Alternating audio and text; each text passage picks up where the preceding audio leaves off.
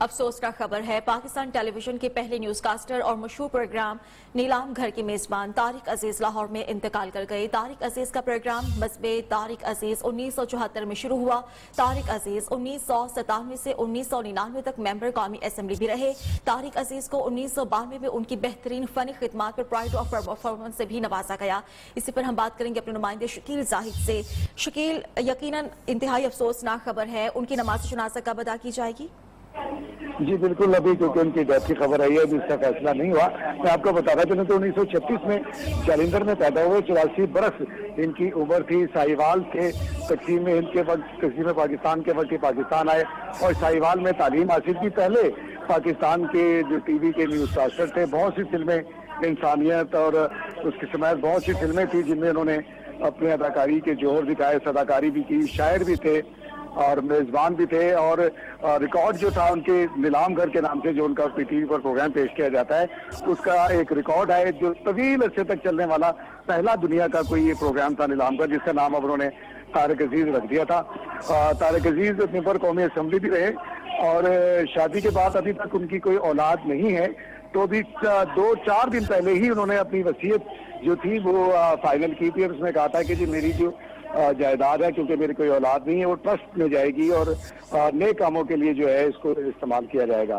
نماز جنازہ کا جیسے ہی وقت کا اعلان ہوگا ہم انشاءاللہ اپنے ناظرین کو اسی وقت بتائیں گے۔ جی ٹھیک ہے شکیل، کیا بتایا جا رہا ہے، یہ موت طبعی موت تھی یا پھر کسی بیماری میں مبتلا تھے؟ وہ موت تھی کیونکہ 84 سال ان کی عمر تھی اور اپنے کافی جو بیماریاں ان کو لاحق تھیں، جس میں اپنے راشے کی تکلیف تھی، اس کے علاوہ اور گردوں وغیرہ کی تکلیف بھی ان کو جو تھی وہ لاحق تھی اور لیکن وہ اس حالت میں بھی بالکل جوان مردی سے اپنا پروگرام جو تھا وہ ریکارڈ کرواتے تھے اور لوگ انہیں بہت زیادہ پسند کرتے تھے، بہت زیادہ لائک کرتے تھے۔